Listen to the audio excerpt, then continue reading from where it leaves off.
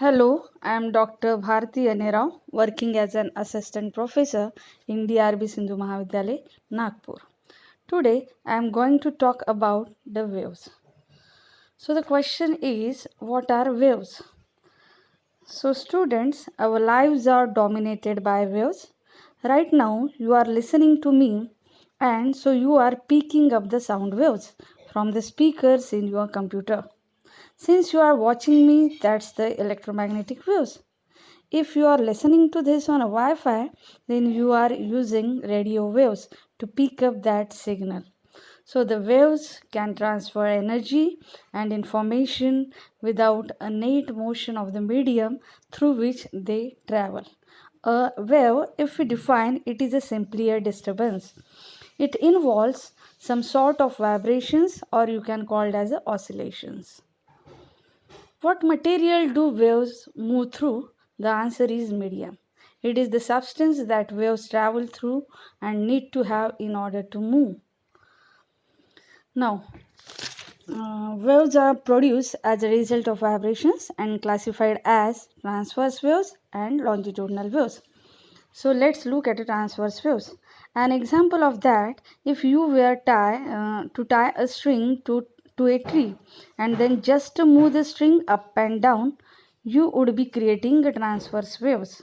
How does that work? Well, the string would be moving up and down, but the waves would be actually be a traveling perpendicular to that.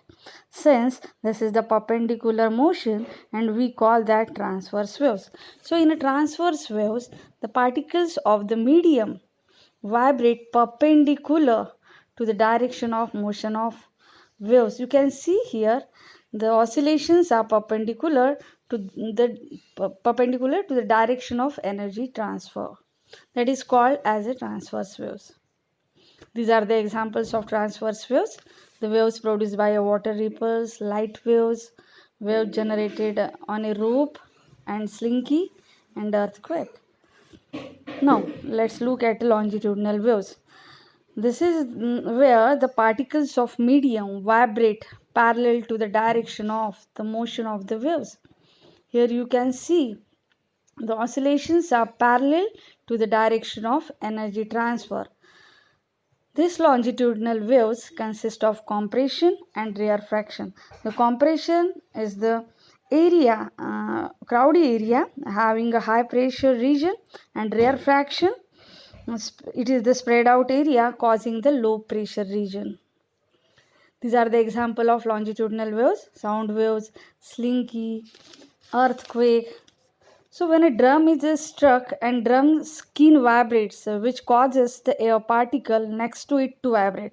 So this causes the next air particles to vibrate, and then next, and so on until the vibration reaches the ear, causing eardrum to vibrate. So the vibrating air spreads away from the source and creating the sound waves. Now, these are the parameters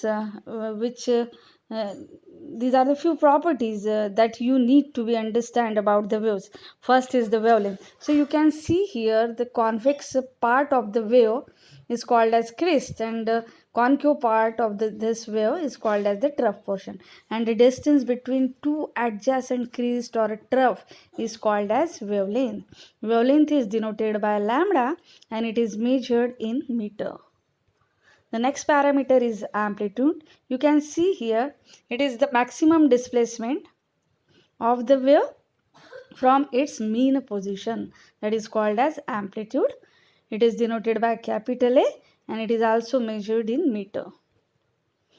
Next is the frequency. So it is the number of oscillations performed by a wave in a 1 second.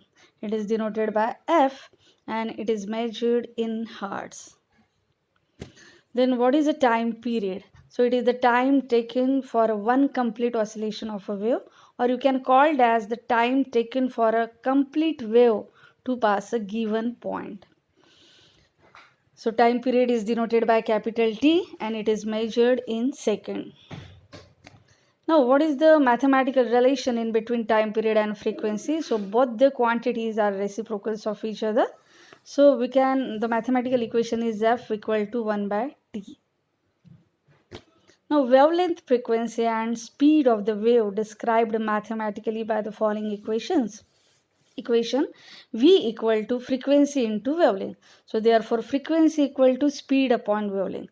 So, as you can see here, the wavelength of the first wave is longer as compared to the wavelength of the second wave.